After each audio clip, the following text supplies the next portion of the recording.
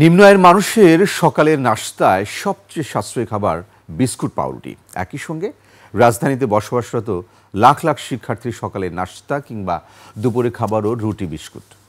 যদিও নতুন অর্থ বছরের বাজেটে সেই বিস্কুটই বাড়ানো হয়েছে ভ্যাট।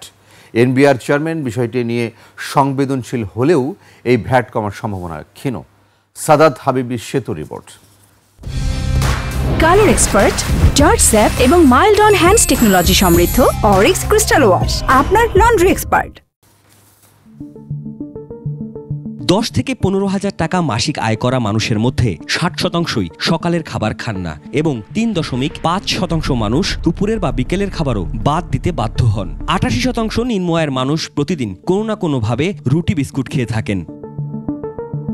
বিভিন্ন অঞ্চলের শিক্ষার্থী, রিক্সা চালক, দিনমজুর, পোশাক শ্রমিক এবং ডেলিভারি ম্যানদের উপর করা ঢাকা বিশ্ববিদ্যালয়ের ডেভেলপমেন্ট স্টাডিজ বিভাগের শিক্ষার্থীদের সংগঠন ইউথ পলিসি নেটওয়ার্কের একটি গবেষণা বলছে, বিস্কুট ও ব্রেড এখন আর নাস্তা নয়, বরং 68% মানুষ প্যাকেটজাত বিস্কুট খান এবং 65% মানুষ এই বিস্কুট কিনতে প্রতিদিন খরচ করেন ন্যূনতম 30 টাকা।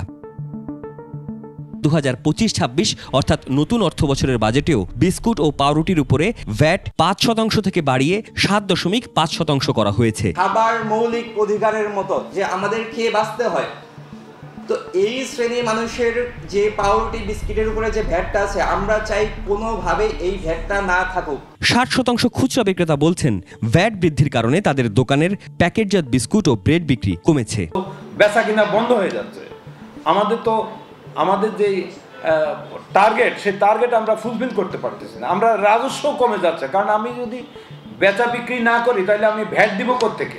সরকার রুটি বিস্কুট থেকে বছরে প্রায় 450 কোটি টাকার রাজস্ব সংগ্রহ করবে। শ্রীলঙ্কা, ভারত ও নেপালে রুটি ও বিস্কুটের উপর কোনো ভ্যাট নেই, অথবা থাকলেও তা 2 থেকে 3% বেশি নয়। এ বিষয়ে কি ভাবছে রাজস্ব বোর্ড? এই ইন্টারিম পিরিয়ডে আসলে এটা নিয়ে আর কাজ করার আপাতত সুযোগ নেই, বাট ওনাদের যে যুক্তি, যে রিসার্চ, যে ফাইন্ডিং, যে রিকমেন্ডেশন 100% ভ্যালিড।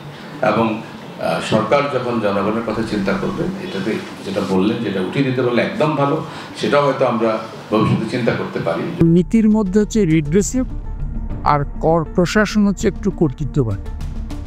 এই দুইটার সমন্বয়ে আমরা এক জায়গায় আটকে আছে। এখানে এটা এখন ঠিক করার বিষয় আছে। ভ্যাটের কারণে বিস্কুট আর পাউরুটির আকার ছোট হয়ে যাচ্ছে অথবা দাম বেড়ে যাচ্ছে, যা প্রান্তিক জনগোষ্ঠীর উপর সরাসরি চাপ ফেলছে। সাদাত হাবিবি সেতু, 21 টেলিভিশন, ঢাকা।